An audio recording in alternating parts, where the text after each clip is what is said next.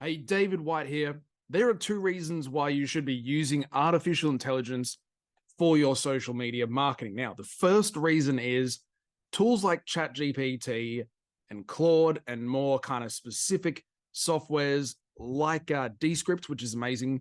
They're going to make you a lot faster at doing your social media marketing. So for every unit of time, for every hour that you sit down to work on your social media, you'll be able to get a bunch more stuff done, which is fantastic. That means you can spend more time creating more content on the social media platforms, or you can get more hours to work on different areas of your business or different areas of your marketing or building more funnels or creating more products or whatever it might be. That's fantastic. The second reason, and the one that I want to talk about today, is that you should be using artificial intelligence in your social media because it's going to make you a lot better at creating content.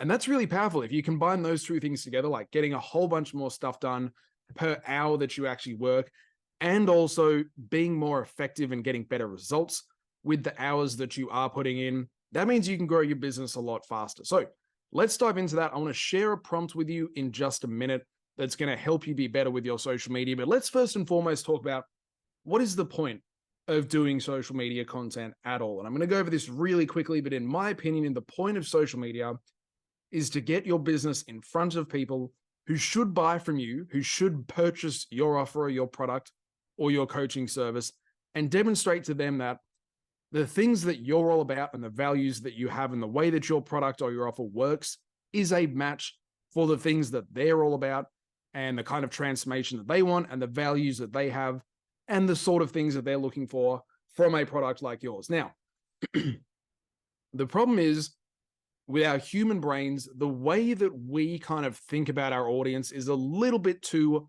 homogenous. So everyone listening to this has probably heard of the idea of a customer avatar, which is like one kind of specific person who has certain needs and certain kind of desires and wants a particular sort of transformation. And we forget that when they look at our offer, this audience of people, they're looking at it from different sort of mindsets or different perspectives. And there can be a lot of different conversations that might be going on in their mind. So the easiest way for me to explain this to you is graphically. Let me pull this up 1 second. So when people look at your offer, they might be looking at it, regardless of what it is that you sell, whether it's a fitness program or like accounting software or fancy kitchen appliances like air fryers or thermomixers or whatever. They might be looking at it from a place of negativity. Like, I've tried this sort of stuff before, or there's no way this can be worth as much as you say it is, or I just don't need another thing to clutter up and make my life more busy like your accounting software. So they can be negative when they think about your product. They can be positive. They can be trying to learn a lot more about how it works. They can be skeptical about whether it's going to be right for them. They can be shopping around your offer or your product versus your competitors.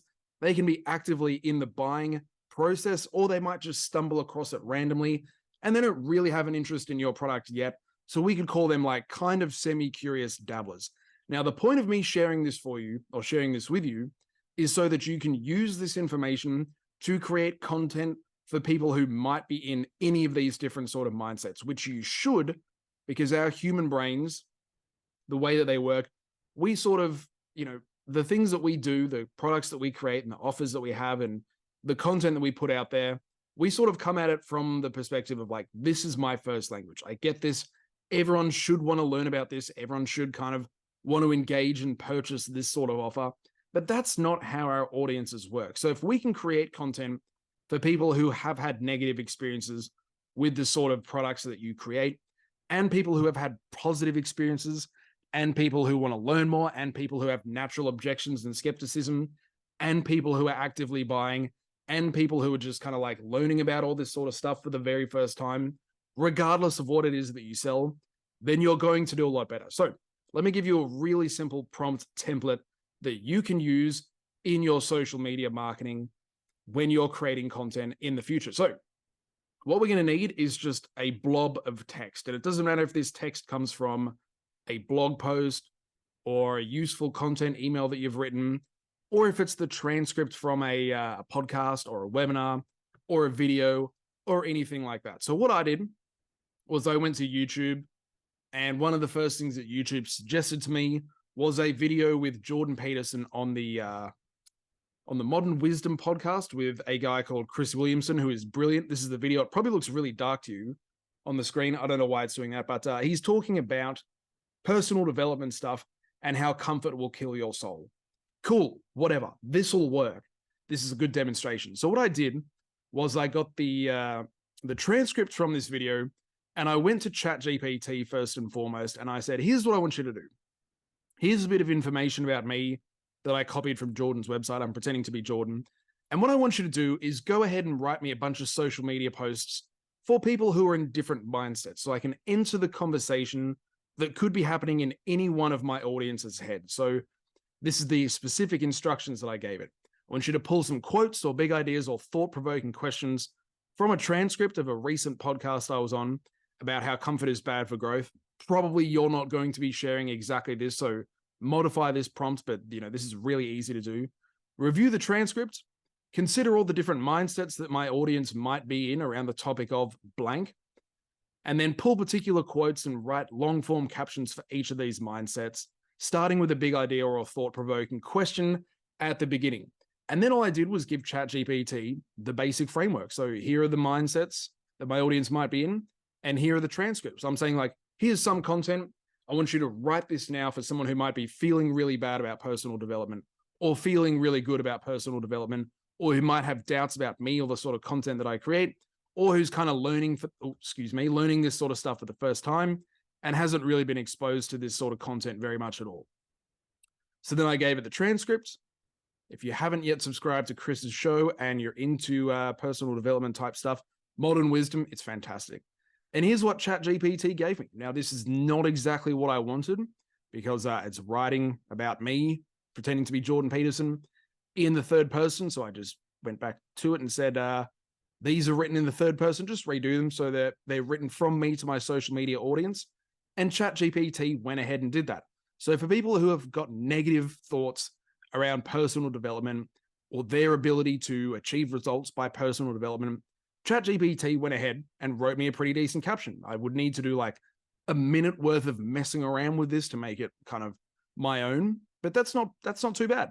Same thing with the positivity mindset, the skepticism mindset, and people who are just kind of stumbling across this sort of stuff for the very first time. So that is not too bad. And I did exactly the same thing here with Claude. I gave it the exact same prompt. For some reason, it came out like this, whatever. And it did the same thing. It wrote me out 4 really good captions for people in my audience or people in Jordan's audience. And it's done the same thing here. It's written in third person. No big deal. But people in the audience who are in different mindsets and going through different stuff. So as a human, there's a limit to our creativity and how many different ideas we can have at any one time when we're sitting and talking about one topic. Like, this is, for someone like Jordan, this is his first language. Talking about this to people who are having different conversations in their mind, like, can this air fryer possibly be worth the money that they're charging me? Or I'm a busy business owner. I don't really need another tool that's going to like distract me and give me more stuff to do. Is this software thing actually going to make my life more better, or better, not more better? Or, I've tried fitness programs in the past and none of them seem to kind of resonate with me, or they hurt my back. How do I know that this one's going to be different? The different mindsets and the different conversations that your audience is having, and they will be having different conversations in their own head, all these different people. And even over the course of a week or a month, your audience will be going through different, like each person in your audience will be going through different mindsets around your product. So they might go from positive to negative to actively buying to skeptical about, is this actually going to work for me? If you can address those with your social media content by getting the robot to write for all these different thoughts and all these different conversations that your audience is having, you're going to do a much better job at getting attention and demonstrating the values of your business to people who should buy from you. And if you can do that, those people are much more likely to engage with your business, go and visit your website, get on your email list, check out the products and the offers that you've got for them, and become happy customers. So hope that helped. I'm going to put a little template for this prompt below this video so you can kind of model it and use it for yourself, feel free to take that. But those are my thoughts on social media. First and foremost, use it to do the work that you're already doing a lot faster. And secondly, come up with a lot more ideas of things that you could talk about with your audience, ways that you could approach where they might be at in their journey with whatever it is that you help them transform about their lives. And let me know in the comments, is this helpful? How are you going to use this? What sort of products have you got? And make sure you click over here to check out other videos about artificial intelligence and marketing, and hit that subscribe button as well. I'll see you in the next video.